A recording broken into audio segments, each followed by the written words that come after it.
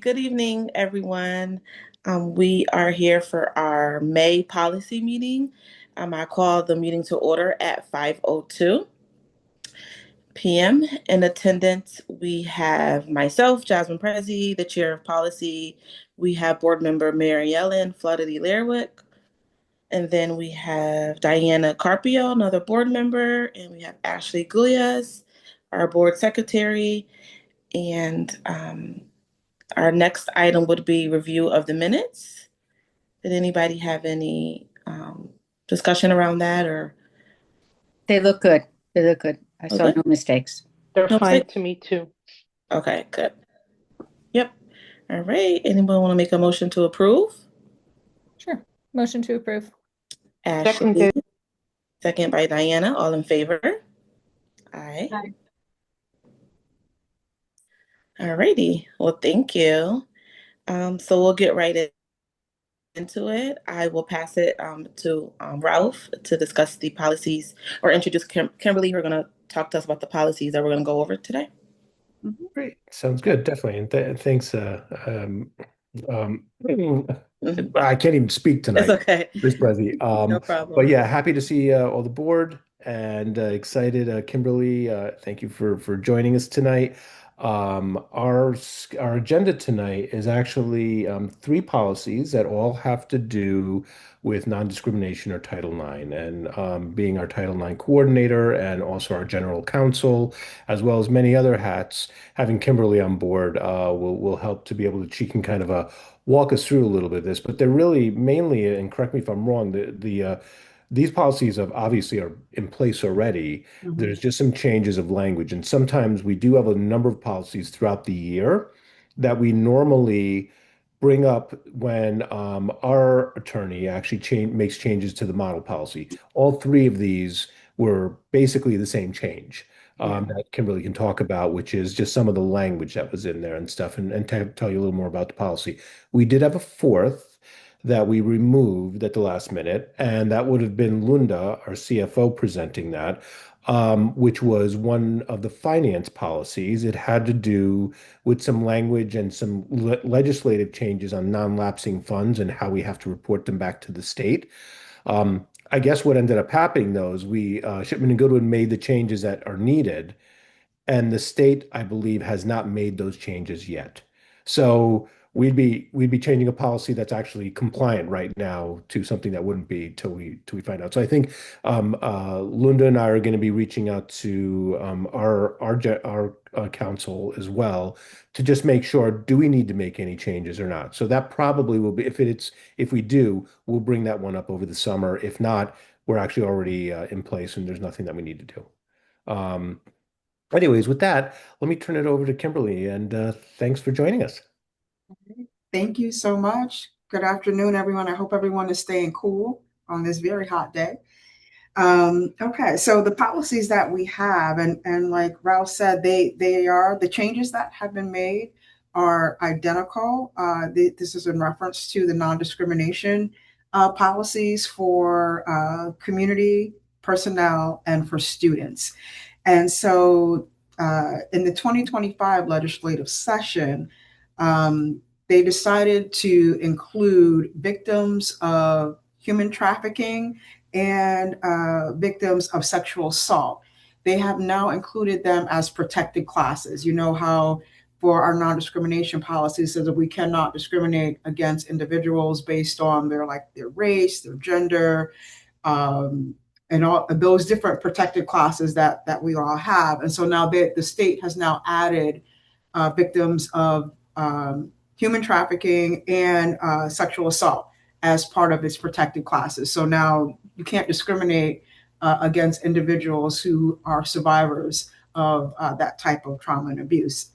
And I think also based on that, if someone who is a victim of human trafficking or sexual assault, if they feel that they have been discriminated against, I believe that they would be able to file like a complaint with the CHRO in reference to like employment or housing matters. And so the language for our non-discrimination policies have been updated to reflect that sexual assault victims and victims of human trafficking are now protected classes. And so For each one, yeah. So the language is identical for each one of those policies. I just highlighted on this page to see where the change was and stuff, and the same thing for the regulation. So we go down. Right. And then I think that, and Robin, please correct me if I'm wrong, I think that we went through and just kind of updated some information and made like some, I guess, grammatical changes that needed to happen. But that was the main meat and potatoes of the additions that needed to happen for these policies.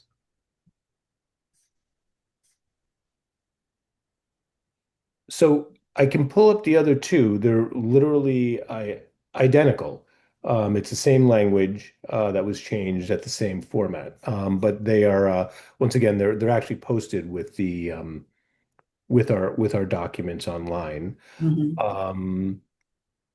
I don't know, Kimberly, if anybody has any questions about what Title IX is, because sometimes we also use these sessions to be able to help if just educate in general.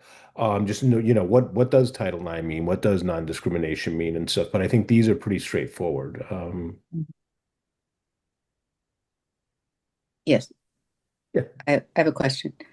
By adding these categories for students in particular, does the victim have to share that they are a victim if they feel like they're being mistreated in any way?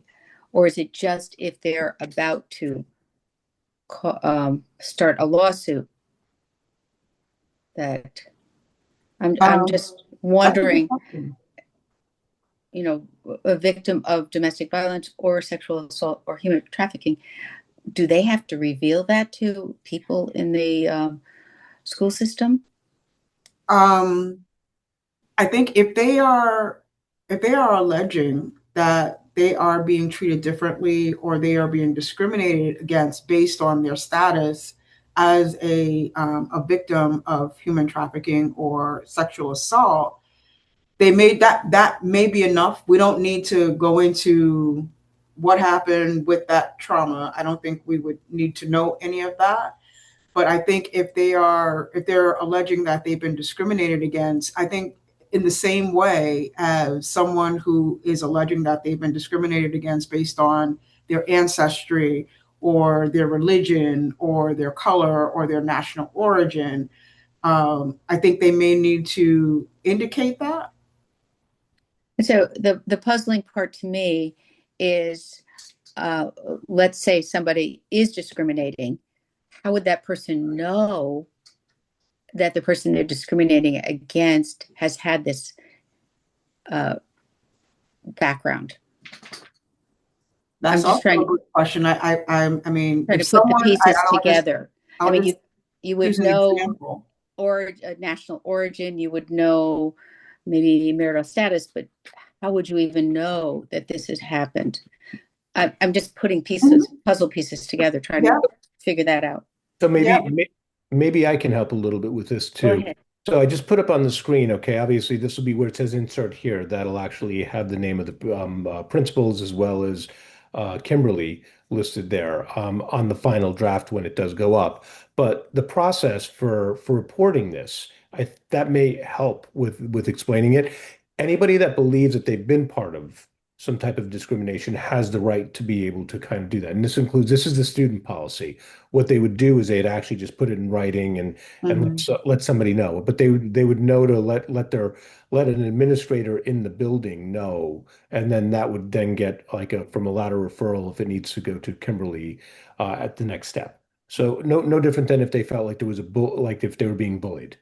I mean, I think that's maybe the easiest way to kind of explain it, how we would identify that. Mm. I'm not sure. Did that Right. answer the question? So, I mean, bullying is wrong to begin with. And if that were happening to somebody who had already been a victim of some kind of violence, then it would just give the victim more power. I think so. And it's not necessarily that the person who's the bully knows They may not. background. They may Right. not know, but it would They give may the not know. victim a little more power. Right.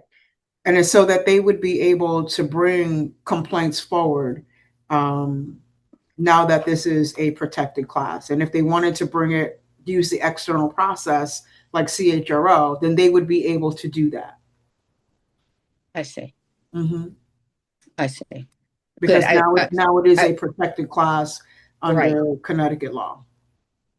I just wouldn't want them to have to make a public statement of what. No, I don't think they would have to make a public statement. Now, if a case goes to litigation, like after it has progressed through our internal process and it has progressed through the CHRO process, and if it goes then to formal litigation, like they want to file a lawsuit, excuse me, in court, then, because lawsuits are public, so then they would be.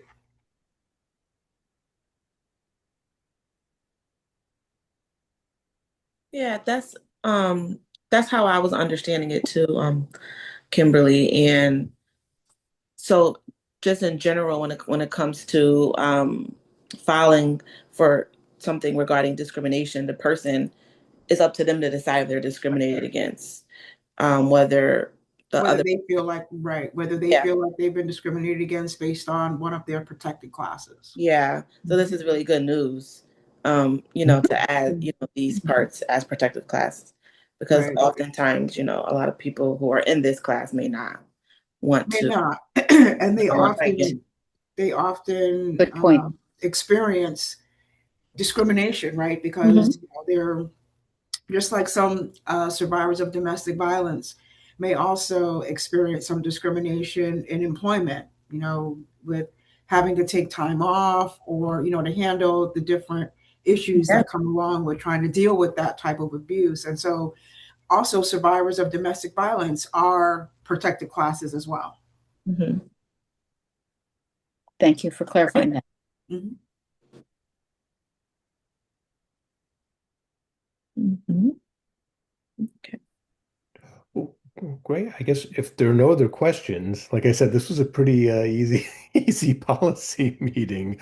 All three, like I said, all three were the changes, and I guess what we'd have to do then is, as long as we're okay with that, we would want to move, and you probably can vote for all three since it's identical in all three, to just move them to the board for for approval. Okay. All right, let's do that. No last questions or comments? No? Okay, so can I have a motion to move to the full board for approval for policy 1005, community relations, non-discrimination policy, policy 4014, personnel, non-discrimination policy, and then also policy 5015 for the students, non-discrimination policy? So moved. Ashley. Second. Yeah. Second, Second, Mary Ellen. Yes. All in favor? Aye. Aye. Aye. Awesome. All right. Thank you. So we'll add that, and that'll be for our next business meeting, Ralph? Okay. Yes. Yeah. I'll make sure I get that done. So. Oh, okay. Or the one after that, whatever works. Yeah. Mm-hmm. Okay. Okay. Great. Well, All right. motion to adjourn. Motion. Thank you, everybody. Thank you all. Thank Have a you good for your night. time. Thank you, everybody. Thanks, Kimberly, for joining us too. No problem. Thanks, Stay Kimberly. cool. Thanks, Kimberly. Bye. Thanks. Take Good care. one. Thanks. Good night. Bye-bye.